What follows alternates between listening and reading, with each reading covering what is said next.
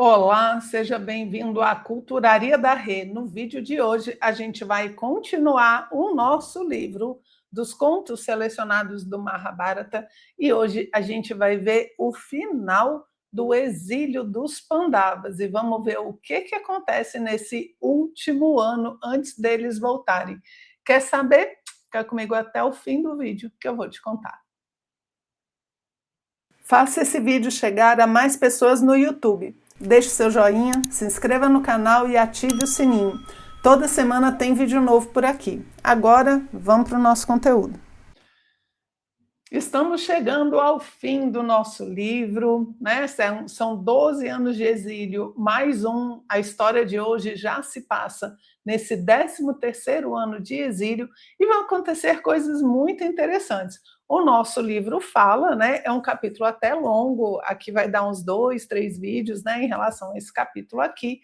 E eu queria destacar alguns pontos, né? O primeiro dele é a saída para o reino do rei Virata, vamos lá, Virata, né?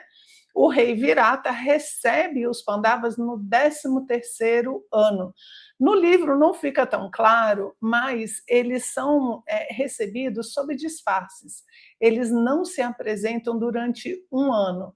Faz parte do trato, né? Quando eles perdem o jogo lá de dados e vão para o exílio, o acordado é que o 13º ano eles passariam o ano inteiro em um lugar povoado, né? Ou seja, onde tinham pessoas lá que conheciam eles e eles não poderiam ser reconhecidos por ninguém. Então, eles passam um ano disfarçados.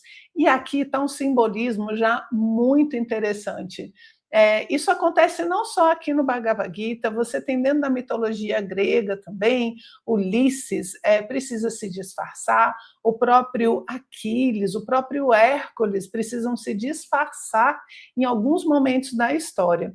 E eles se disfarçam dentro de uma chave parecida com o que vai acontecer com o nosso herói Arjuna, né? Nosso grande guerreiro Arjuna. O que acontece com ele? Ele passa um ano na corte do rei, disfarçado de eunuco, né? No caso de Aquiles, Hércules, eles se disfarçam de mulheres.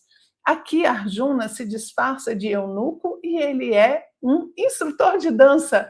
Gente, você consegue imaginar? Você chega lá, e aí, teacher, vamos aprender, sei lá, uma salsa, um forró, uma rumba, e quando você vai ver, é o Arjuna que está ensinando você a dançar. E é interessante essa transformação, né, esse disfarce que a história escolhe para Arjuna, porque, de certa maneira, ele precisa acolher esse seu outro lado que não é o masculino. Então, ele precisa acolher a dança, a arte, a sensibilidade. Por ser eunuco, ele tem muito contato com as mulheres do reino, e isso vai trazendo para ele toda uma sensibilidade e outra visão de mundo. É bem interessante esse aspecto, que o guerreiro, para crescer, o guerreiro, para cumprir com a sua missão, ele precisa do contato com o feminino, seja o contato maior com as mulheres, como no caso de Arjuna, seja isso, além disso, assumindo o papel do feminino, como no caso da mitologia grega e outras tradições. Então, Arjuna passa um ano se preparando, se tornando um excelente guerreiro, recebendo esse contato do feminino, da arte, da dança, dos movimentos. Olha só que símbolo interessante, né? O guerreiro tem os seus movimentos de guerra, no caso dele, para o arco, né? O arco, para quem já tentou soltar uma flecha, sabe que precisa de muito controle do corpo, muito centro, muito equilíbrio. E ele agora vai ter muito traquejo, né? Muito molejo através da dança durante esse ano todo, né? E um outro disfarce que eu destaco bastante é o disfarce de Draupadi dentro da história. Imagine Draupadi, né? Uma rainha dentro da nobreza, ela agora vai se disfarçar de serviçal.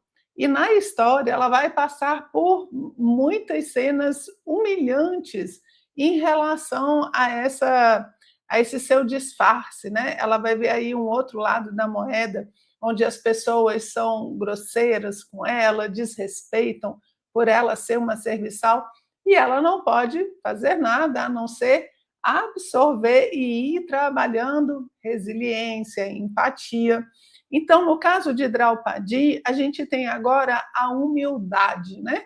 A humildade de assumir um outro papel, que não é esse papel de realeza, de rainha, e se colocar no lugar do outro. O que também é uma completude, é um complemento que vai acontecer com a rainha. Então, esses dois disfarces aqui eu queria destacar, porque eu acho que eles são muito importantes.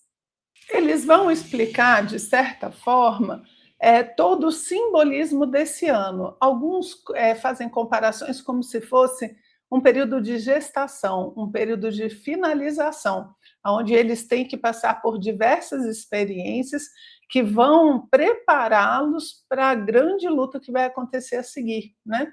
E eles têm uma característica interessante, porque como a gente vai ver aqui nessa história, no 13º ano eles entram no reino disfarçados e saem revelados, né? Então é como se eles nascessem ali depois dessa experiência que eles têm dentro do reino. Está todo mundo lá, então, passando esse ano, cada um com seu disfarce e tal. Só que aí o nosso livro fala, né, Duryodhana, junto com os Kuradas, resolve atacar esse rei. Tipo assim, bora lá, tô meio entediado aqui com esse negócio, vamos lá roubar um gado, umas vacas, uns boi. Aí eles vão lá.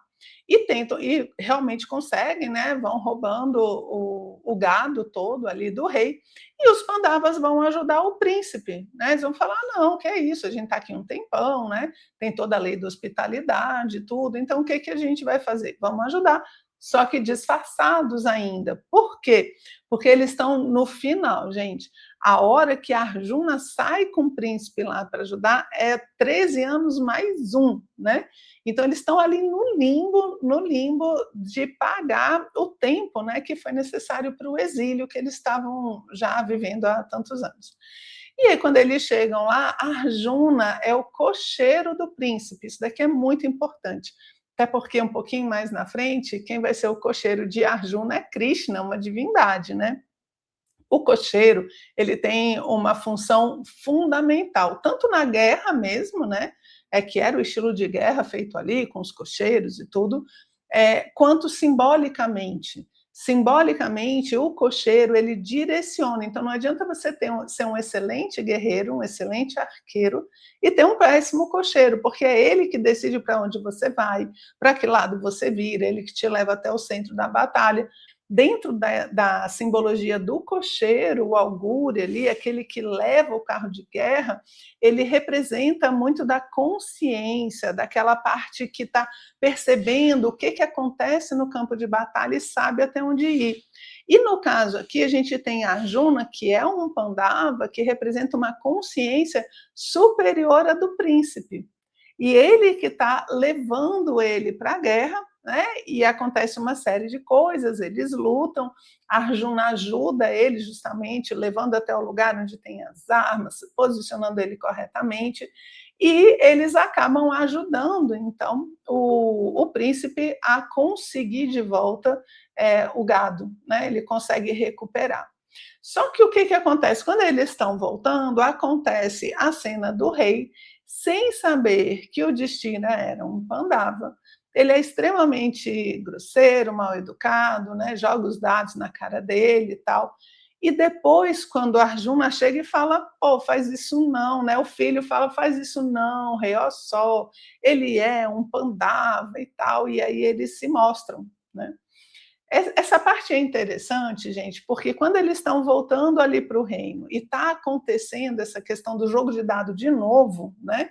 Imagina, eles estão há 13 anos no exílio por conta de um jogo de dado.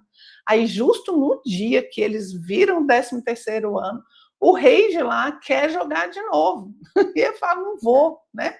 E eles recebem essa ofensa. Aqui tem dois simbolismos que a gente pode puxar.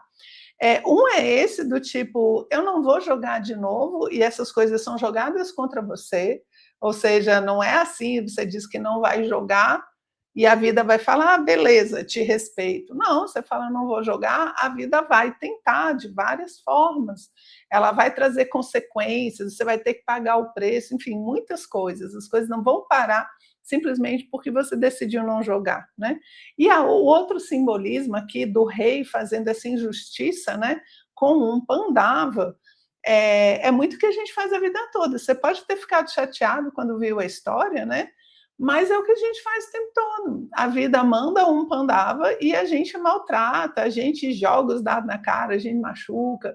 A vida manda um mensageiro, manda uma experiência positiva que vai fazer a gente crescer, né? Como a representação ali do Pandava no reino. E o rei não entende. E a gente também não entende na nossa vida. E acaba sendo mal educado, grosseiro. Depois, o rei tem a oportunidade de se redimir, e isso é muito legal. Pena que na vida, às vezes, a gente não tem essa oportunidade, né?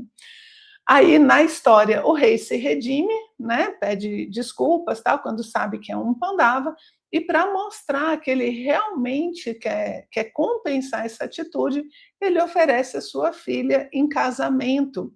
E ela casa com o filho de Arjuna. E assim a gente faz a gente sela, né, uma aliança que vai ser fundamental para a guerra que vai acontecer um pouco mais à frente, que é a grande guerra do Kurukshetra, né? Então aqui veja muitas coisas nesse iniciozinho, que no livro aqui são só 2 páginas, temos muitos símbolos, muita história, e eu espero que vocês tenham gostado, que a gente vai conhecer um pouquinho mais dela no próximo vídeo. Um abraço.